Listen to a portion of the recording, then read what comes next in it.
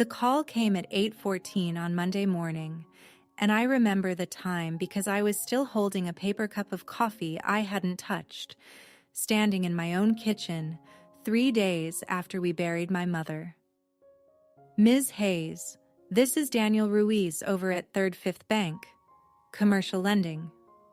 I'm sorry to bother you so soon after everything. I know it's a hard week. He paused, and I could hear him shuffling something on his end, papers, a keyboard. I just wanted to give you a courtesy call before we send anything formal. There's been a change filed on the Hayes manufacturing accounts, a request to remove you as a signer, and I wanted to confirm it with you directly, since your name is the one carrying all 3 loans. I set the coffee down. I remember that too, the little sound the cup made on the counter, because the rest of what he said landed slower than it should have. Remove me, I said. Remove me from what? From the operating accounts. Your brother came in Friday afternoon with your sister. They had documents. He said it carefully, the way people talk when they've already realized something is wrong, and they're hoping you'll tell them it isn't. Ms. Hayes, I have to be honest with you. The way these loans are structured, you're the personal guarantor. All of it runs through you. If you're off those accounts but still on the guarantee, that's not a position the bank can just sit on. So before I do anything, I needed to hear from you. Do you know about this? I said no. And then I didn't say anything at all for a moment, because I was looking out my kitchen window at nothing, and what I was actually seeing was my brother Marcus's face at the funeral 2 days before, how he'd hugged me at the graveside and said we'd figure everything out together, that Mom would want us to stick close now. He'd held me a beat too long. I'd thought it was grief. I understand now it was something closer to guilt getting a head start. My name is Roberta Hayes. I'm 51 years old. I've lived in Columbus, Ohio my whole life, and for 26 of those years I ran the office of a small manufacturing company my parents started in a rented garage off Parsons Avenue before I was old enough to spell it. My father built the machines. My mother built everything else. The books, the payroll, the relationships with every supplier and every banker, including the way those loans got written in the first place. When Dad died, she and I ran it together. When she got sick last spring, I ran it while she watched from a recliner with a legal pad on her knees, still asking me if we'd made the quarterly numbers. My brother and sister had opinions about the company. I had the keys to it, or I thought I did. Because here's the thing Daniel Ruiz was trying, in his gentle banker's way, to tell me. Marcus and Dana hadn't just filed paperwork to push me out of the accounts. I found out later that same morning they'd done something more direct, more physical, while I was standing in a cemetery with dirt on my good shoes. But the accounts were the part that mattered, and neither of them understood what I understood the second he said the word guarantor. They thought they were taking the company from me. What they'd actually done was hand me the one thing that could bring the whole thing down, or save it, depending on what I decided to do with a signature that was still, legally, only mine. I didn't know yet what I was going to do. I want to be honest about that. Sitting in that kitchen, I mostly just wanted my mother back so I could ask her how her own children had gotten here. If you've ever watched family turn into strangers over something you built together, you already know the feeling in my chest that morning, and this story is for you. So if it pulls at something, stay with me and go ahead and follow along, because there's a lot more to tell. I didn't call Marcus back that morning. I know most people would have. I sat with the phone in my hand and the dial tone gone quiet, and instead of my brother's number, I found myself doing the thing my mother taught me to do whenever the ground moved under the business, Go look at it with your own eyes before you let anyone tell you what you're seeing. So I put on my coat over the same clothes I'd half slept in, and I drove out to Parsons Avenue. The building sat where it always sat, a low brick shop with the loading bay on the side, and the office tacked onto the front like an afterthought, which is exactly what it had been. My father added those front rooms himself in 1994 with lumber he got at a discount from a customer. I parked in my spot. The lot was mostly empty because it wasn't quite 8:30 yet, and the machines didn't run until 9, and I walked up to the office door with my keys already out, the way I'd walked up to that door on more mornings than I could count, and I put my key in the lock and it stopped. It didn't stick. Sticking I would have understood. It simply stopped, a half-inch in, against something that wasn't the tumblers I knew. I pulled it out and looked at the lock, and the brass was too bright. New. The little scratch that had been under the keyhole for 15 years, from the time I'd fumbled with grocery bags and a set of keys and gouged it. That scratch was gone because the whole lock was gone, and someone had put a shining new one in its place over the weekend while I was choosing hymns. I want to tell you what I felt, but the honest answer is that for a few seconds I didn't feel much of anything. I just stood there running my thumb over the smooth new brass, and the first clear thought I had wasn't about Marcus or Dana or the company at all. It was about my mother's hands, because the last real conversation I had with her, 3 weeks before she died, was about a lock. She'd been moved to the hospital bed we set up in the front room by then, the one that faced the window so she could watch the maple tree she planted the year I was born. Her hands had gotten so thin that her wedding ring turned loose on her finger, and she kept it on a chain around her neck instead. That afternoon she'd been quiet for a long time, and I thought she was sleeping. And then, without opening her eyes, she said, "Roberta, you still have the key to the shop on you?" I said I did. I always did. She said, "Good. Don't ever let anybody tell you that key belongs to them more than it belongs to you. You're the one who kept turning it every morning when it would have been easier not to." I didn't understand why she was saying it then. I do now. She saw something coming that I was too tired and too close to it to see. Standing at that changed door, I heard her voice so clearly, it was like she was in the car behind me. And I put my useless key back in my pocket and I did not cry, because Hayes women learn early that crying in a parking lot solves nothing, and I walked around to the loading bay to see if that was locked too. It wasn't. The bay door was up and rattling on its track, and inside, the floor was already running. Tom Reedy was at the press he'd been running for 19 years, and when he saw me come in through the bay, his whole face changed, and he shut the machine down and wiped his hands on the rag he kept in his back pocket and came over fast, before anybody else could get to me. "Roberta." He said my name low. "I didn't know how to reach you. I didn't want to call you at the funeral. That didn't seem right. But I've been sick about it all weekend." He glanced back over his shoulder toward the office, where I could now see a light on that I hadn't turned on. "Marcus had a locksmith out here Saturday morning. Told us you'd stepped back from the day-to-day, that you needed time, that he and Dana were handling things now. I knew that wasn't right. I've worked here since your dad ran it. I know how your mother left it." He stopped, and his jaw worked. "I'm sorry. I should have done more than send you a card." I'd known Tom Reedy for most of my adult life. He came to my father's funeral in a suit 2 sizes too big that he'd clearly bought for the occasion, and he came to my mother's on Saturday, I found out later, and stood in the back and left before the reception because he didn't feel he had the standing to intrude on family.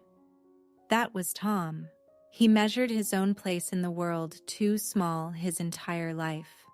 And here he was, the first person to tell me the truth straight out, while the two people who shared my blood had spent the weekend changing the locks. That was the first crack of something I'd spend the next 2 weeks learning over and over. The people who show up for you are almost never the ones you're told you owe everything to. My mother knew that. She'd tried to tell me with a chain around her neck and a loose ring and a warning about a key. "Who's in the office, Tom?" I asked. He looked at the floor. "Dana got here around 8. Marcus said he'd be in by 9. Then he looked back up at me, and there was something almost pleading in it. "You're not stepping back, are you? Tell me you're not stepping back." I looked past him at that lit office window, my father's window, my mother's window, and I felt the first real thing come up through the numbness, and it wasn't sadness. I told Tom the truth. "No," I said. "I'm not." I went in through the shop floor and down the little hallway that connected it to the office, past the break room where the same coffee maker had been burning the same pot since the Clinton administration, and I opened the door to what had been my office and found my sister sitting in my chair. Dana didn't hear me at first. She was on the phone, half turned toward the window, and she had a stack of file folders open on the desk in front of her, my desk, and she was reading account numbers out loud to whoever was on the other end. When she turned and saw me in the doorway, she made a sound, not quite a word, and she stood up so fast the chair rolled back and hit the credenza behind her. "I'll call you back," she said into the phone and hung up without waiting for an answer. We looked at each other. Dana is 4 years younger than me, and she has always, since we were girls, had a way of arranging her face into hurt the instant she's caught doing something, so that by the time you open your mouth, you're already the one who has to apologize. I watched her do it now. Her eyes went wet and her chin went soft, and she said, "Roberta, please don't make this ugly. We didn't want you to find out like this." "Find out like what, Dana?" I kept my voice level. "Say the actual words. I want to hear you say them. Marcus can explain it better than me. You're sitting at my desk reading my loan files to somebody on the phone. Explain it yourself." She sat back down, which I did not expect, and she put her hands flat on the folders like she was steadying herself on them. "You've been carrying too much," she said, and she said it gently, the way you'd talk to someone who's not well. "Since Mom got sick, you've been running yourself into the ground and making decisions nobody agreed to. The Kellerman order, the new line of credit, hiring that girl for the front office without asking anybody. Marcus and I talked about it, and we think the business needs, I don't know, fresh eyes. That's all. Nobody's trying to hurt you. We changed the locks because they were disappearing, and we didn't. Things were disappearing." I almost laughed. What was disappearing? She didn't answer that, because nothing had been disappearing, and she knew that I knew it. And for 1 second the hurt slipped off her face, and I saw underneath it something that looked a lot more like fear. Not fear of me. Fear of whatever she and Marcus had set in motion, the shape of which she was only beginning to understand. I looked at the folders under her hands. They were the loan files. The 3rd, 5th commercial loans. All 3 of them. And I knew what she'd been reading over the phone because I'd read those same pages 100 times. And I understood then that this wasn't only a fight about who sat in a chair. They were trying to move the loans. They wanted the guarantee off me, or me off the guarantee. And they hadn't yet been told by anyone what Daniel Ruiz had told me at 8:14 that morning, that it doesn't work that way. that you can't just wish a personal guarantee onto someone else, that the bank had written those loans to my name and my name alone, because when we took the first one out, 10 years ago, I was the only Hayes willing to put my own house up as collateral to save the company through a bad winter. Marcus wasn't. I remembered that too. I remembered it standing in that office looking at my sister's frightened face. It was the winter after Dad died, and we nearly lost everything, and the bank wanted a personal guarantee before they'd extend us the credit to make it to spring. My mother was still sharp then, still driving herself to the shop every day, and she called the three of us to the house and laid it out on the kitchen table plain. Somebody has to sign. Somebody has to put their own name behind this, or it's over. Marcus had a new baby and a mortgage in Dublin, and he said, carefully, that he couldn't risk the house, that it wasn't fair to his family, and everybody nodded because it sounded reasonable. Dana said she didn't have anything to put up anyway, which was true. And I sat there and thought about my father building the front office with discount lumber, and I said I'd do it. I put my house on the line. My mother reached across the table and held my wrist. Not my hand, my wrist. The way she did when she wanted you to feel that she meant it. And she said, I won't forget this. And I'll make sure nobody else does either. She kept that promise while she was alive. The trouble is that promises like that live in a person. And when the person is gone, the people who benefited from your risk have a way of forgetting the risk and remembering only that they never signed anything. Where's Marcus? I said to Dana. He's coming. Call him. Tell him I'm here. Tell him to bring the paperwork he filed at the bank on Friday. All of it. I stepped into the room and I picked up my own nameplate off the desk, the little brass one Mom had ordered when I made office manager, Roberta Hayes in worn letters, and I held it, and I didn't put it in my pocket. I just held it where Dana could see me holding it. And Dana, get out of my chair. She got up. She stood there twisting her fingers together, and she said, in a small voice that took me back 30 years, "Why are you making this so hard? We're your family." I looked at her a long moment. Outside the window, I could see the maple. Or a maple. The shop had one too. My father planted them everywhere he could. And I thought about how the word family had done more work covering for wrongdoing in my life than any other word I knew. Yes, I said. You are. That's the part I still can't get over. And then I heard Marcus's truck in the lot. Marcus came in the way he always came into a room, like he'd already won whatever was about to happen. My brother is a big man, taller than our father was, and he'd worn a collared shirt and good shoes to change the locks on his dead mother's business, which tells you most of what you need to know about how he saw the morning. He had a leather folder under his arm. He set it on the desk between us like a man laying down a winning hand. "Bertie," he said. He's the only one who ever called me that, and he used it now the way you'd use a soft word to gentle a nervous animal. "I'm glad you came. I really am. I didn't want us doing this over the phone. Sit down, let's talk it through like adults. I'll stand.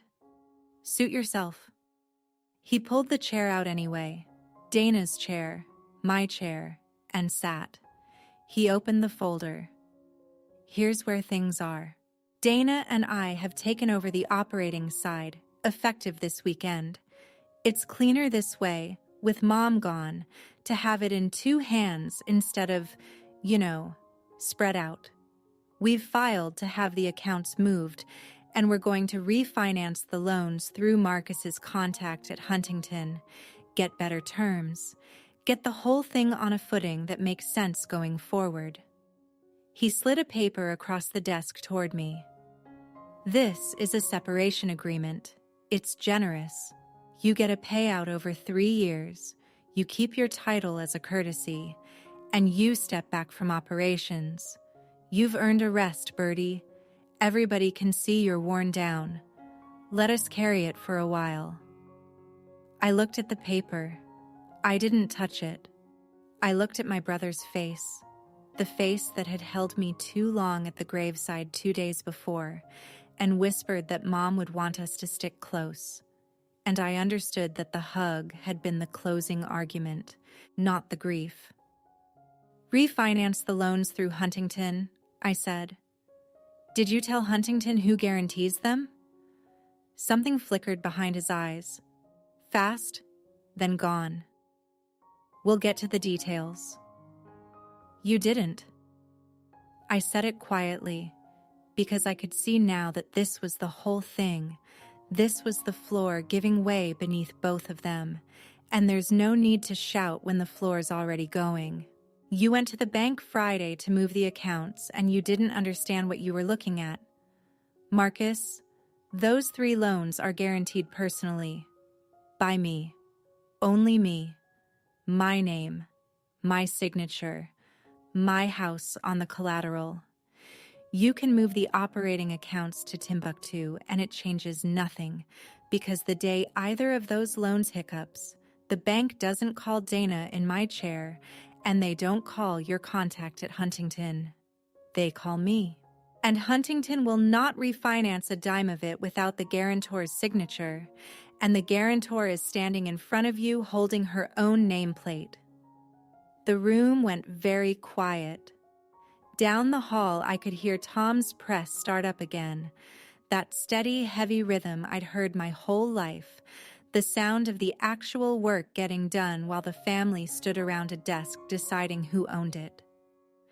Dana looked at Marcus. Marcus looked at the paper he'd slid toward me, and for the first time all morning he didn't have a soft word ready. "That's," he started, "that can be reassigned. Guarantees get reassigned all the time." "With the guarantor's consent," I said. "Look it up. You had all weekend to change a lock. You could have spent 20 minutes reading the loan documents you were trying to move, but you didn't, because it never once occurred to either of you that I might be the thing holding this up instead of the thing in the way." I set the nameplate down on the desk, gently next to his folder. "You've been thinking of me as an obstacle.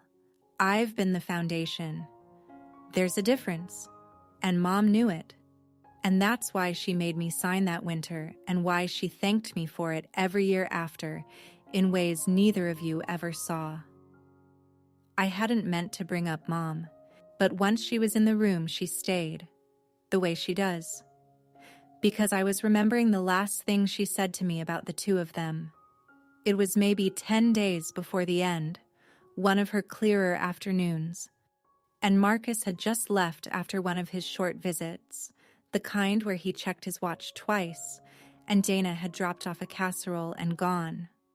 Mom watched the door close behind them, and she was quiet for a while, and then she said, "They love you, you know, in their way." I said I knew. She said, "But loving somebody and standing beside them aren't the same thing.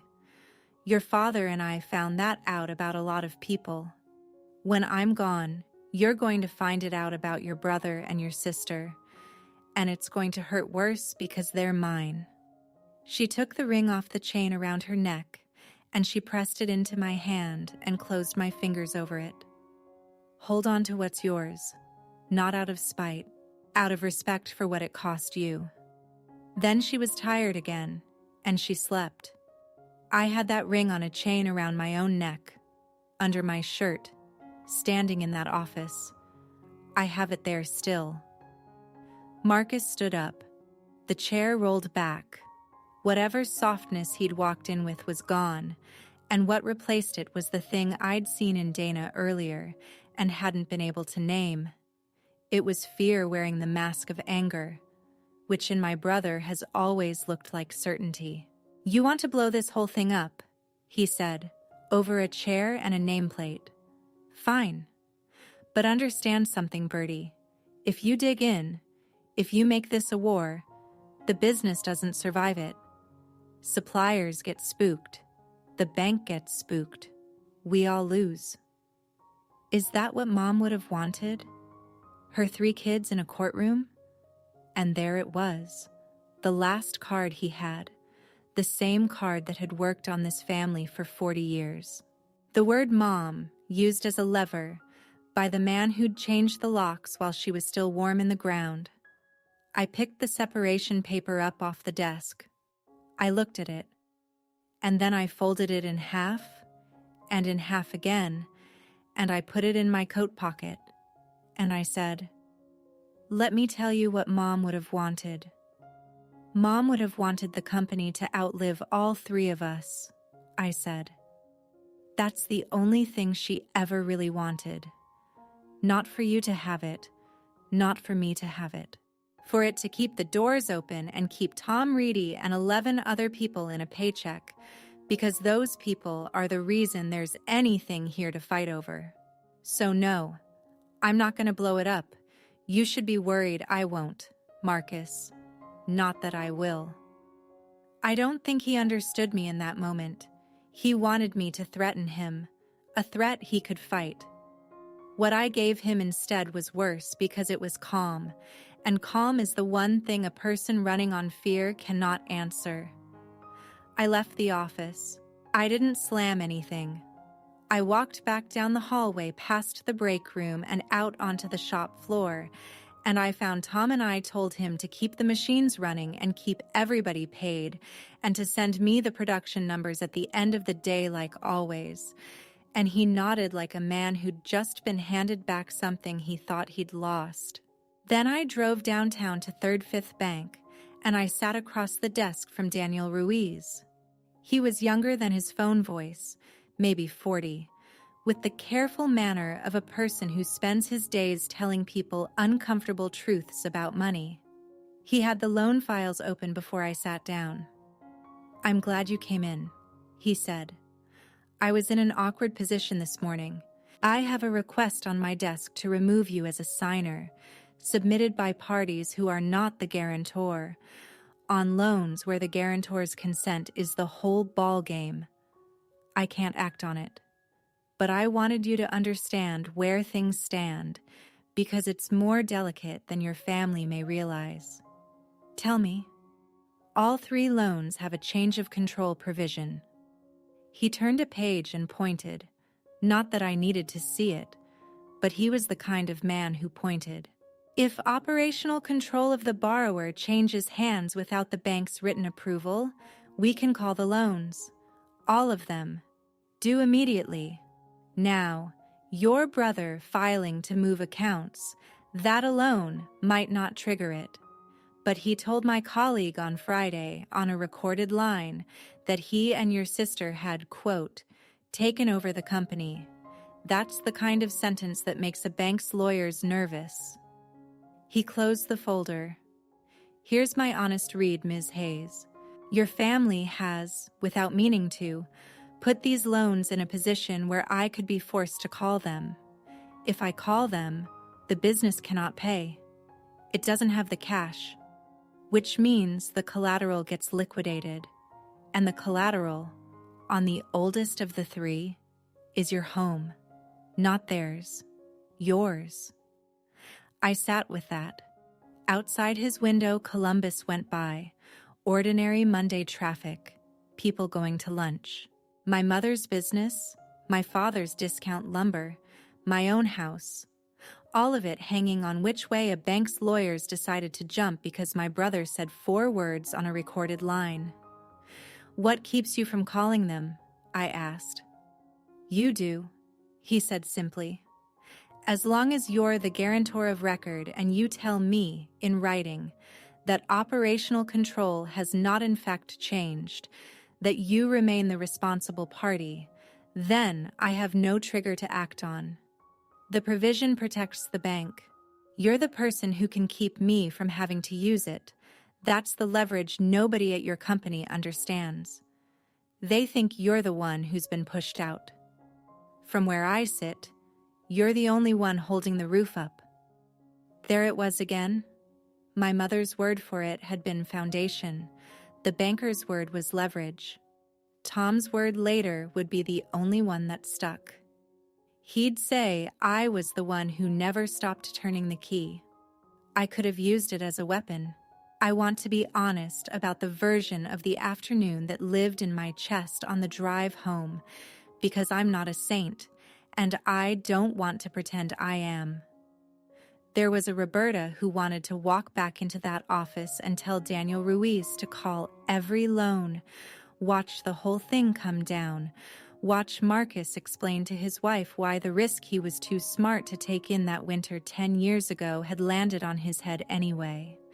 That Roberta was very much alive. She'd been fed for 3 days on graveside hugs and separation papers, and my sister in my chair. But then I'd think about the maple tree in front of the shop, and the 11 people, and Tom in his too big suit standing in the back at my mother's funeral because he didn't feel he had the right to sit down. If I burned it, I burned them too. And I'd think about the ring on the chain against my chest, and I already knew, the way you know a thing before you've admitted it, that I wasn't going to be the one who took a torch to what my parents built, even to punish the people who'd tried to steal it, especially not them, my mother's children. That was the real trap, and it had nothing to do with the bank. The trap was that saving the company meant protecting the very people who'd betrayed me, because you cannot save a family business and cut the family out in the same motion. If I held the roof up, I held it up over Marcus and Dana too. And if I let go to be free of them, everyone underneath went down with us.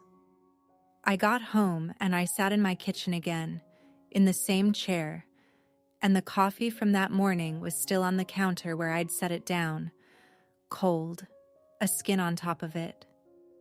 I poured it out. I made a fresh pot I didn't drink either, and I called the one person I hadn't spoken to since the funeral, the one whose number I'd been avoiding because I wasn't ready to hear kindness.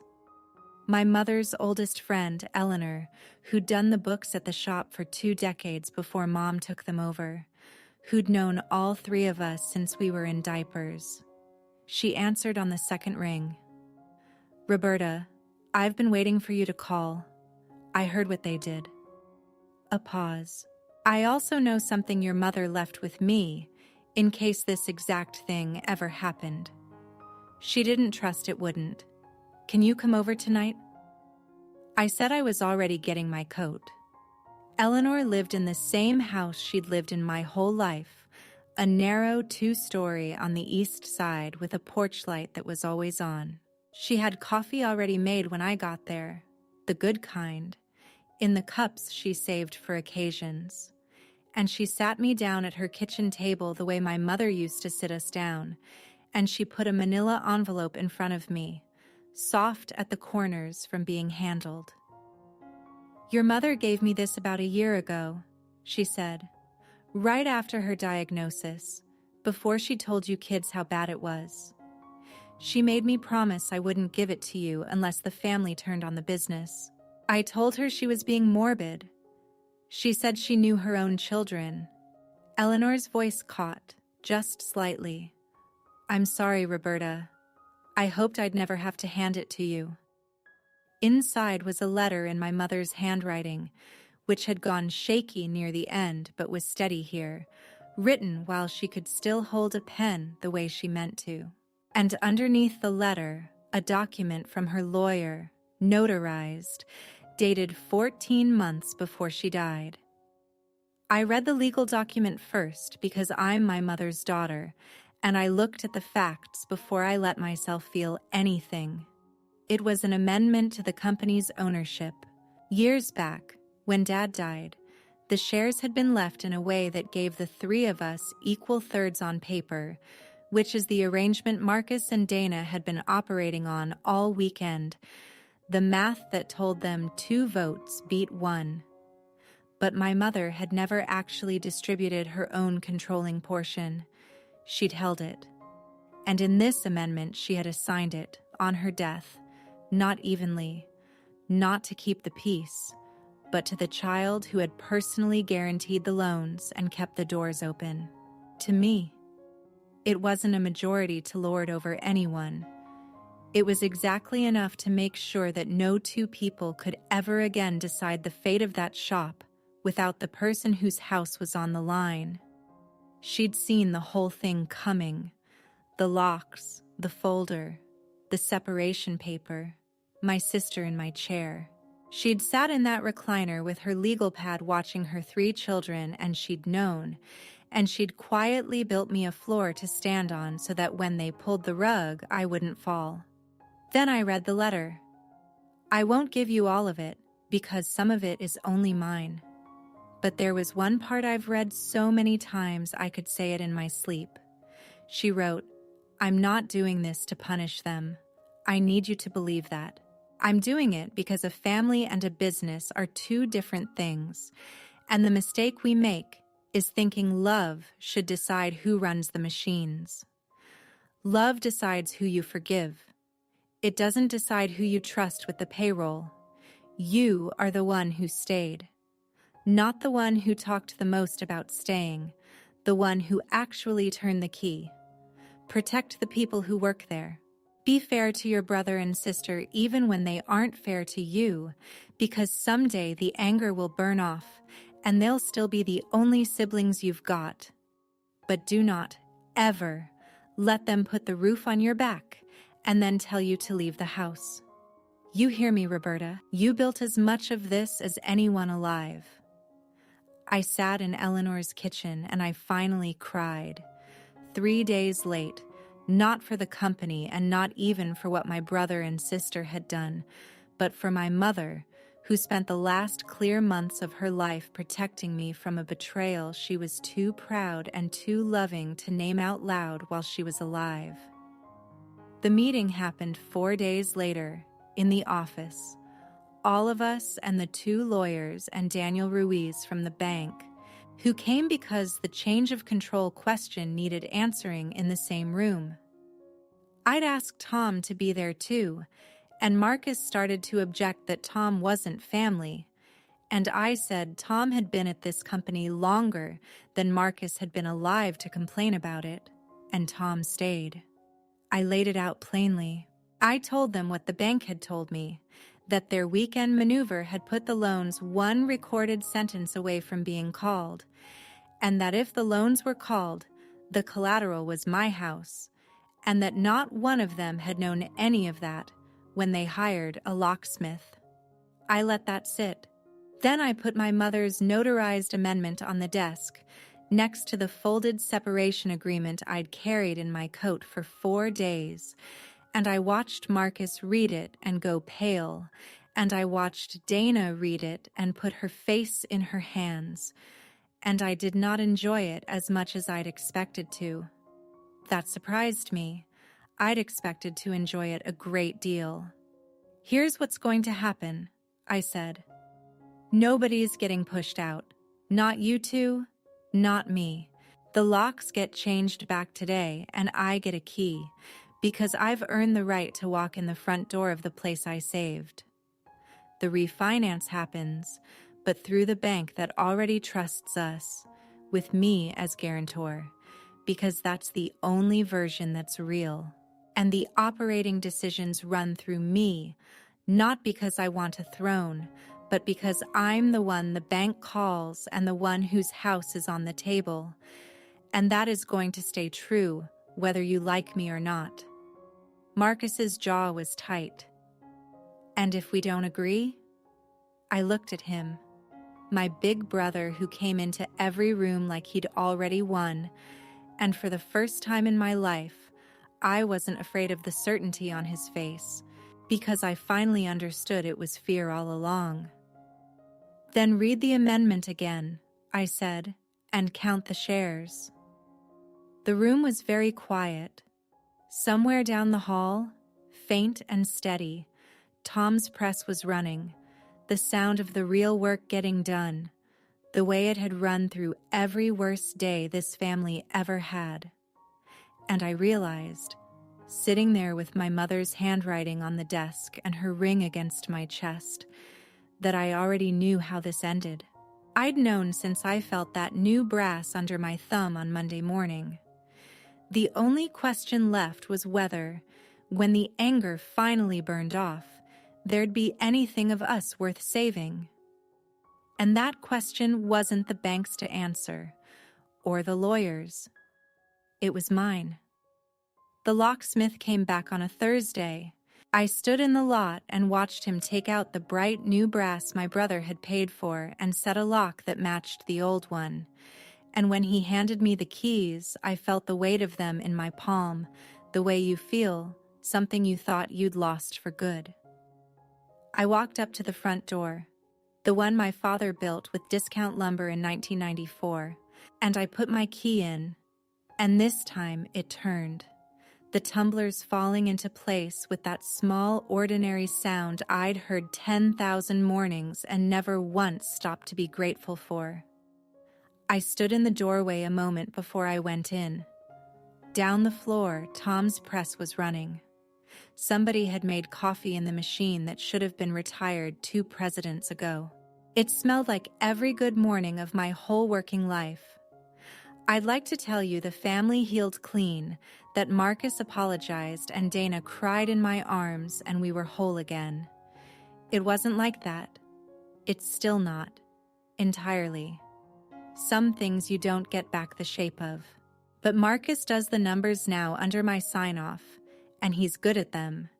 And one afternoon, a few weeks in, he stood in my doorway a long time before he said quietly that he hadn't read the loan papers because he never thought he'd have to, because I'd always just handled it, and that he was sorry. It wasn't everything. But from Marcus, it was more than I expected, and I took it. Dana and I are slower. We'll get there, or we won't. She's still my sister. My mother was right about that too, that the anger burns off and leaves you with the only siblings you've got. On the drive home that Thursday, I stopped by the shop's front bed where the maple stands, the one my father planted, the twin of the one at the house that my mother watched from her bed until the end. I put my hand on the bark. I had her ring on the chain against my chest, the way I've worn it since Eleanor's kitchen table, and I didn't say anything out loud because I didn't need to. She'd said it all already, in a letter she wrote with a steady hand while she still could, protecting me from a betrayal she was too loving to name. That's the thing I keep coming back to. When everything came apart, the people who stood beside me weren't the ones who shared my name. They were a machinist in a too-big suit, an old bookkeeper who kept a promise, and a mother who saw the whole thing coming and built me a floor to land on. I think about that a lot now, about who really shows up when the ground gives way, because there was one more person my mother mentioned in that letter near the end, someone I hadn't spoken to in years, and finding him is another story.